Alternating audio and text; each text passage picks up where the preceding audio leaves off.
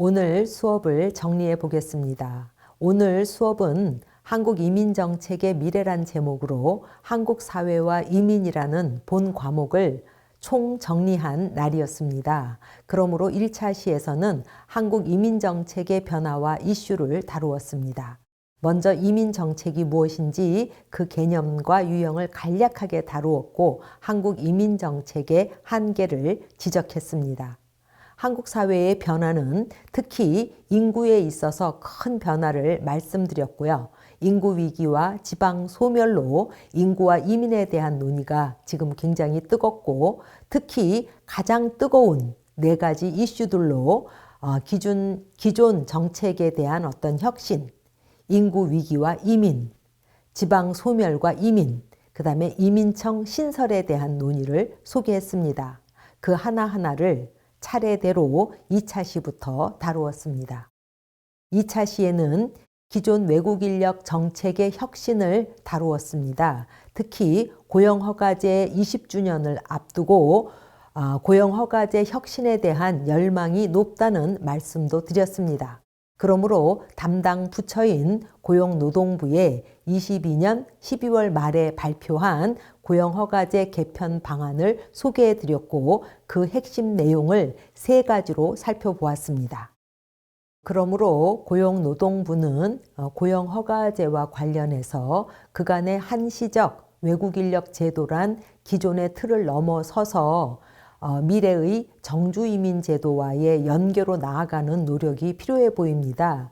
다시 말하자면 기존에도 있었던 성실이라는 그 근로자를 준숙련으로 바꾸는 그런 거에서 그냥 그치지 말고 향후 경력과 직업훈련 또는 자격과 여건이 된다면 거주나 영주 그리고 귀화까지 단계적으로 나아갈 수 있는 이민 트랙의 설계가 필요하다는 말이지요.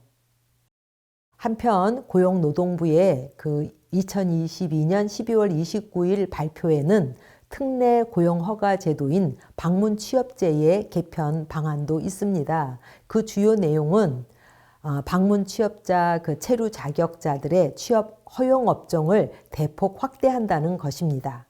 그러나 이 또한 혁신이라고 보기에는 내용이 부족하다라고 말씀드렸죠. 왜냐하면 이미 방문 취업제 체류 자격을 가지고 있는 사람이 매우 줄어들었기 때문입니다. 그리고 이 사람들이 지금 어디에 취업하고 있는지에 대해서도 잘 관리가 안 되고 있는 실정이고요.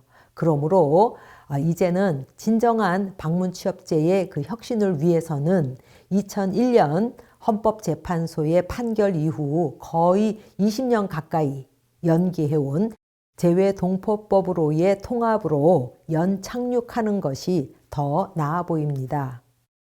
계절 근로자 제도의 혁신으로는 법무부의 성실 근로자 인센티브 아닌 E75의 계획을 말씀드렸는데요.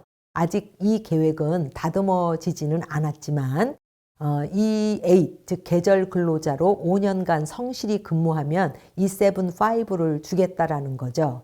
그런데 이러한 E75를 주겠다라는 안은 저쪽 고용허가제로 있으면 성실 또는 준숙련을 거쳐서 거의 10년 차에 가서 E74로 전환이 가능한 거에 비해서 형평성 문제가 나올 수 있다는 점입니다.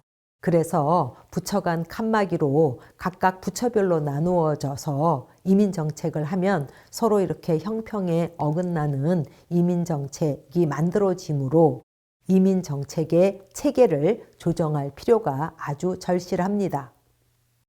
나아가 육성형 이민정책, 이주민 사회통합정책의 개혁 방안도 살펴보았습니다.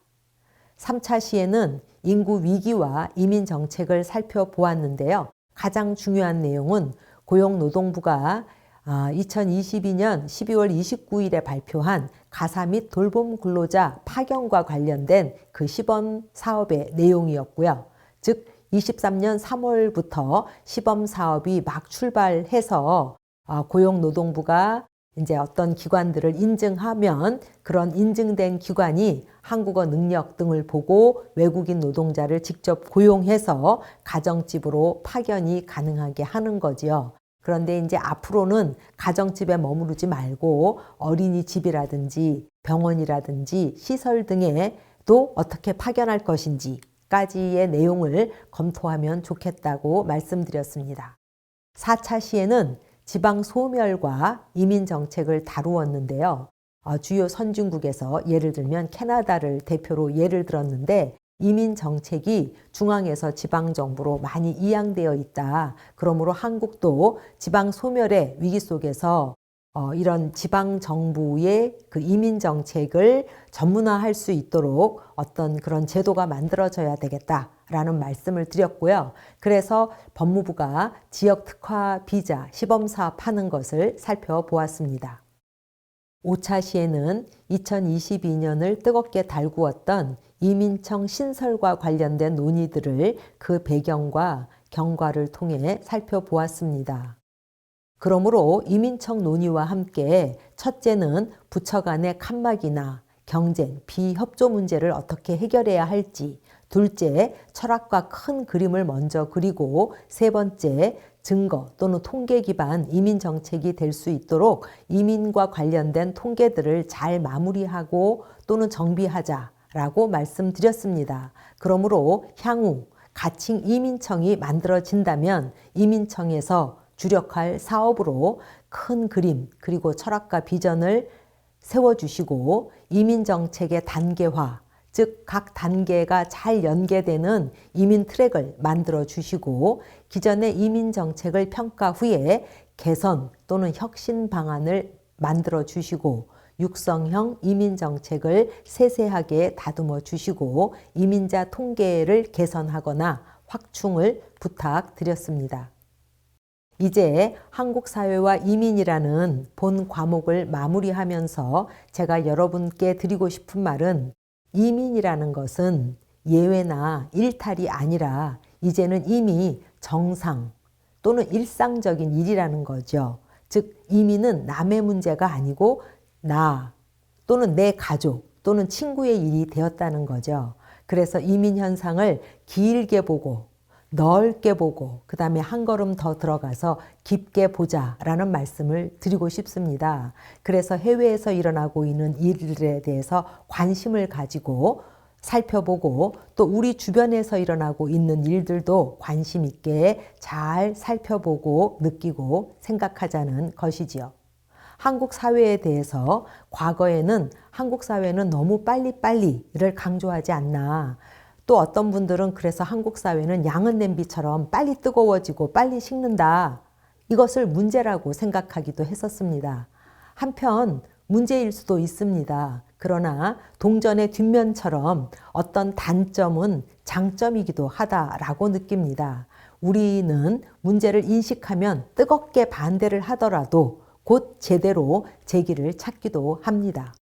특히 세계화, 인터넷, 디지털 시대에 이러한 빨리빨리 적응하는 것은 적합하기도 한 것 같습니다.